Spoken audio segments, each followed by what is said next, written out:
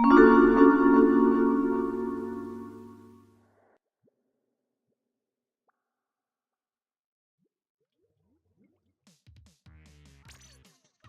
everybody, what's here to you, and welcome back to Let's Play Splatoon 2. In the previous episode, we played Splatoon with Light Saga. In today's episode, we're going to be ignoring all story progress and going straight into something pretty interesting with the game. The demos. Yes, even the demos are going to be covered during this Let's Play. Like I said, we're going to be covering absolutely everything there is to see and do in Splatoon 2, even the demos. And, fun fact, there were 3 of them. And we'll be talking about most of them in this episode. But as for now, think you're too cool for school? Well, now it's time to prove it in battle. You're looking a little green though. Let's start with the basics. So, we kind of rushed through the tutorial area at the beginning of the Let's Play because I wanted to demonstrate the full version in this episode, because they give you the same tutorial area during the special demo as they do when you're playing the game for the first time. But, fun fact, not all the demos did this. The Global Test Fire demo, the very first demo that they made for Splatoon 2, had a completely different intro. You're going to see that on the corner of the screen right now, and there'll also be a card on the corner of the screen for you to click on the Global Test Fire video that I made when the game was still new. Now, I was really debating over whether or not I wanted to make the Global Test Fire its own episode, even though I already made an Let's Play version. What I decided was that I was going to talk about both of them in this episode, but the other demo, the Splatfest demo, that will be its own video later down the line, even though there's already a Let's Play version of it on the channel. It'll make sense when we get to that point, which is not going to be for a very long time, but just trust me on this. So, the demos for the game, they're kind of made as a way to help players who are kind of interested in the game, but aren't really sure if they're willing to purchase it yet. It gives them a taste of how the online multiplayer works in this game, and this is pretty great. This kind of started the first game to Global Test Fire kind of started the trend of Nintendo using demos to test their online games. They also did this with ARMS, and I believe Mario Tennis Aces as well. But it worked really well with Splatoon 2, and it's pretty cool. And don't worry, I'm not going to make you watch the opening cutscene for the game when you go into Capital Square again. And real quick before we actually start talking about the demos, I gotta say, I am really glad that I started playing this demo when I did. I didn't look at the test, I didn't look at the stage rotation times before recording this, and I was a little busy the past couple of days, and this was literally my last chance to record this. So I'm really happy that I recorded this footage when I did, because 2 of my favorite stages in Splatoon 2 were in the rotation. As you can see, we have Mori Towers right here, and that's honestly my favorite stage in the entirety of Splatoon, and it's awesome. So, the demos for Splatoon 2. We're going to be talking about the Global Test Fire first, because I feel that's the one that's probably worth mentioning real quick. The Global Test Fire, you really only had access to, I believe, Turf Wars, if I remember correctly. You didn't have access to Incompetence Square. I don't think we even saw what Incompetence Square even looked like at this point in the game, because, believe it or not, the Global Test Fire actually came out months before the full game did. So, at the time that the Global Test Fire was released, it was available from March 24th to March 26th, which was several months before the full game was released. You only really had access to the Turf War battles, because I believe at that point in time, we didn't know what rank battle modes would be in the game, we didn't know who the main Pop Idol characters would be. Like, we didn't even know Marina Pearl even existed at this point, so it was pretty interesting to look back on. The second demo was the Splatfest demo, which was available on July 15th. This is the very first Splatfest for Splatoon 2, and like I said, we're going to be talking about this in its own separate video later down the line because of reasons that I don't feel like explaining right now because of spoilers. Yay! But this demo, the special demo, is currently, at the time this video is being released, the most recent one.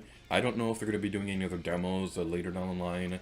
If they do, I'm not sure if I'm going to be making videos for those demos as well. Maybe, I don't know at this point in time. But the special demo is very well worth mentioning. This was available from March 19th to March 25th, 2019. And what's interesting about this is, of all the demos that we currently know about for Splatoon 2, out of all 3 of the demos, this is the only one that was available after Nintendo Switch Online became a thing. Say what you will about Nintendo Switch Online, it is missing some pretty important features, and I kind of wish more games supported it and things like that. But I actually kind of like the service. It's pretty interesting, and personally speaking, I haven't really had a whole lot of trouble playing with people online with the Nintendo Switch Online service. Like, if anything, Splatoon 2 is probably even worked a bit better since it started, at least in my personal opinion. The only game that I've really had trouble was probably like Mario Kart 8, but the Switch version of that game always had trouble. But that's not important right now. The important part right now is why this matters for the demo. The special demo, when you downloaded it, you were given a promotional code for a 7-day free trial with Nintendo Switch Online. The code did expire, so by the time this video is being released, those codes are probably worthless by now, but it was still pretty interesting. I didn't use mine personally because I already purchased my subscription for it, so yay. And we've completed our first match for the video.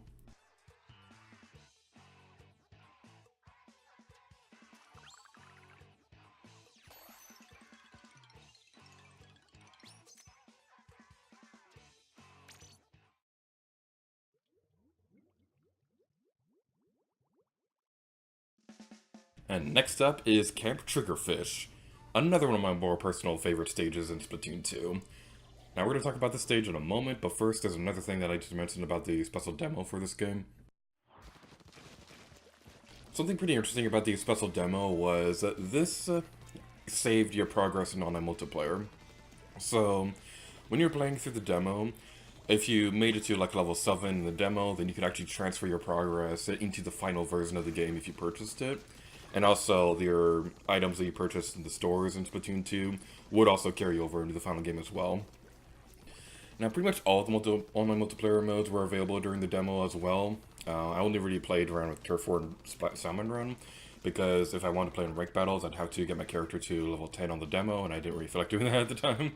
So I didn't play any rank battles during the demo, but I did play Salmon Run. But we're not going to be demonstrating that footage quite yet. We're going to be saving that for a little bit later in the Let's Play, and it'll make sense when we get to that point. And that's pretty much everything that I wanted to say about the demos themselves. There wasn't really a whole lot to talk about, to be completely honest, which is why I kind of didn't really feel like doing another Global Test Fire video. But now, let's talk about the Camp Triggerfish stage itself. This one is very interesting because there were two masses of land they would be trying to take over. So while you're trying to cover ink on your own part of the stage, you're also trying to figure out ways to sneak over to the other side without them knowing it. There's a couple ways you can do this. There are a couple of ramps that you can see. There's some ink rails that weren't there in the first game. And it's pretty interesting. There's also some sponges, which I'm pretty sure are useful at some point. I don't actually use these sponges that much during the online matches.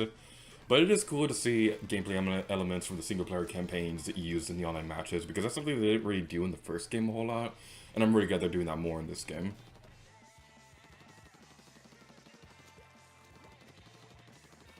When there's about a minute left in the stage, the gates will be going down, which will introduce another way that you can get across the stage. Because of this, this is one of those stages where it kind of seems like the big comebacks usually happen more often. Because I've seen more often than not on this stage in particular, one team completely dominating the other one the entire match, but then as soon as those gates come down, they're able to make a huge comeback and they're able to win in the end. The only other stage in the Splatoon series I've seen this happen more often was probably My Resort from the first game. My Resort is not in Splatoon 2, unfortunately, which is pretty sad because I really like that stage. But how that one worked was that the tide would eventually go down, which would reveal even more areas for you to cover ink in, which is pretty cool. I kind of wish My Resort was in this game, but it's not, so that's sad. But Camp Triggerfish is in Splatoon 2, and it makes me really happy. And fun story, when this game first launched, there were a lot of people begging for Camp Triggerfish, and there were like campaigns that were like, bring back Camp Triggerfish, and it was pretty great. And I'm really glad the stage returned, because I love Camp Triggerfish. It's not Mario Towers, but it's still pretty high up on the list.